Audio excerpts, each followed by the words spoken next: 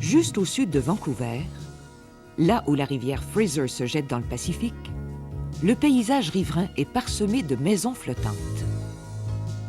Il y en a plus d'une soixantaine, sorte de prolongement du village de Ladner qui se trouve à côté.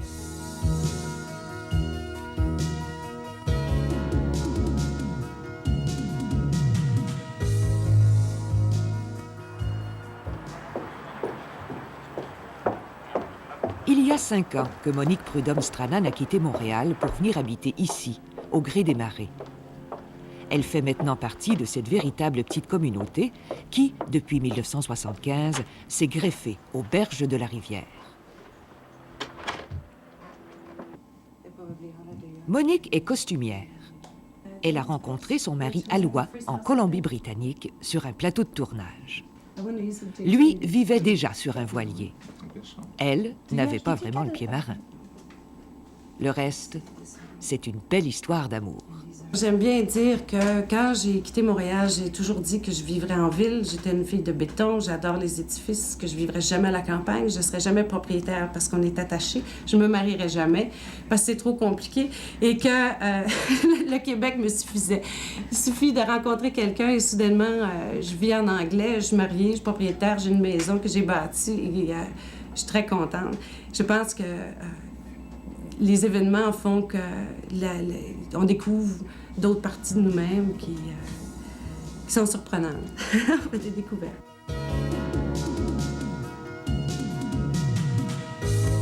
Leur maison, ils l'ont d'abord rêvée, conçue, puis bâtie de leurs propres mains. Une maison normale, explique en riant Monique, avec salle de bain, laveuse, sécheuse et téléphone.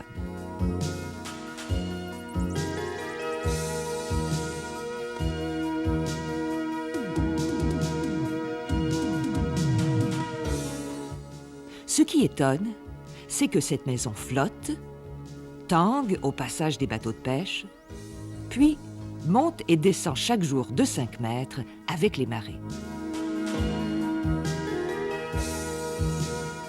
Je pense que l'attrait de vivre sur l'eau, c'est de vivre dehors.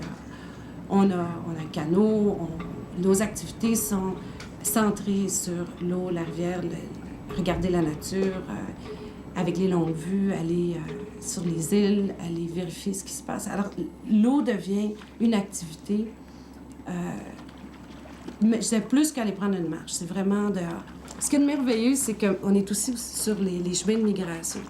Ce qui fait que tout au long de l'année, on a différents oiseaux qui viennent. Et il y a toute la période de la ponte. Généralement, les malades qui vivent aux alentours d'ici sont tellement habitués à vivre avec des humains qui aussi les nourrissent.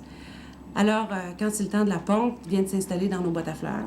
Et tout le monde, sur le bord de l'eau, a une famille de canards, éventuellement, dont on prend grand soin. On protège contre les ratons laveurs, les rats musqués, les chats. Chaque jour, la rivière change. Il n'y a jamais une journée qui est pareille. Et avec la marée changeante aussi, ça crée des changements de paysage. Les changements de température amènent des couchers de soleil différents, des levées de soleil différentes. Alors, il y a la vie extérieure, la nature prend toute une place, une énorme place dans nos vies. Je pense qu'on devient plus contemplatif aussi quand on vit sur l'eau.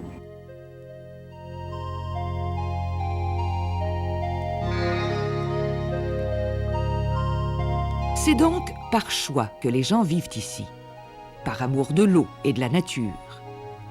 Ils payent d'ailleurs autant de taxes que les autres qui habitent à terre. C'était différent au début, mais maintenant, par souci de protection de l'environnement, toutes les maisons doivent être reliées au réseau d'aqueducs et d'égouts de la municipalité. Il faut dire qu'au départ, le développement s'est fait de façon impulsive, avec comme résultat des aménagements et des façades disparates.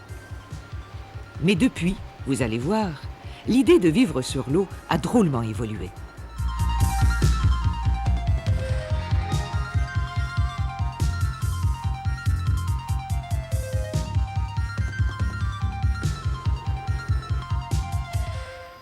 Tout près de chez Monique, un véritable village flottant est en train de prendre forme. Il s'agit de Canoe Pass, le premier du genre au pays. Ce projet, en copropriété, regroupe des maisons luxueuses conçues par un architecte.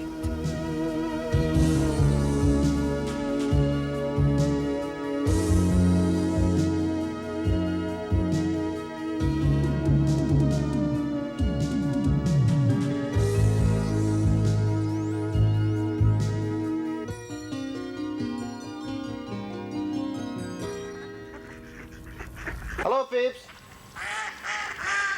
Le promoteur immobilier Dan Wittenberg caressait ce rêve depuis longtemps. Pour pouvoir réaliser Canoe Pass, il a dû convaincre la municipalité que son projet était non seulement viable, mais qu'il n'était pas une menace pour les millions de saumons qui remontent chaque année la rivière. On peut s'installer ici pour 150 000 $. Cela inclut l'espace sur l'eau, à peu près 1500 pieds carrés, et bien sûr ce qu'il faut pour amarrer son bateau. À terre, on se partage le stationnement et les espaces communs. Vous savez, ici, on parque son bateau à la porte de sa maison, un peu comme une voiture dans sa cour.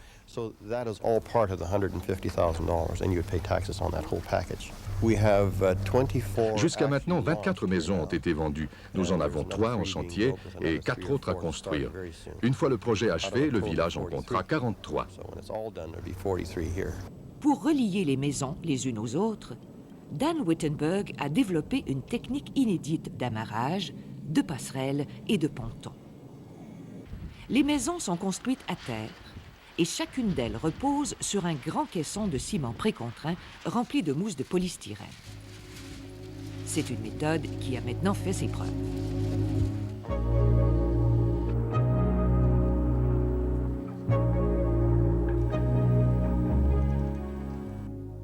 Chacune des maisons, selon sa forme et sa couleur, a sa personnalité. Quant à l'intérieur, il se compare avantageusement à n'importe quelle habitation de luxe.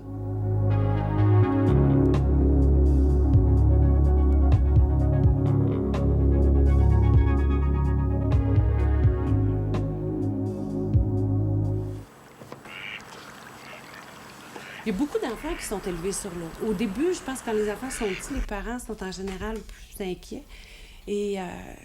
Mais on amène les enfants très rapidement dans des cours de natation. Les enfants apprennent à vivre avec l'eau. Puis comme ils vivent avec leur flotteur, s'il arrive quoi que ce soit, ils sont repêchés assez vite. Et en général, dans toutes les familles que je connais, il y a toujours eu un moment où il y a un enfant qui est tombé à l'eau. Ça a créé un pandémonium. On l'accroche, on le reprend, on le met dans la sécheuse et bingo, c'est fait. Bon, il a son expérience puis il sait comment se comporter sur un quai.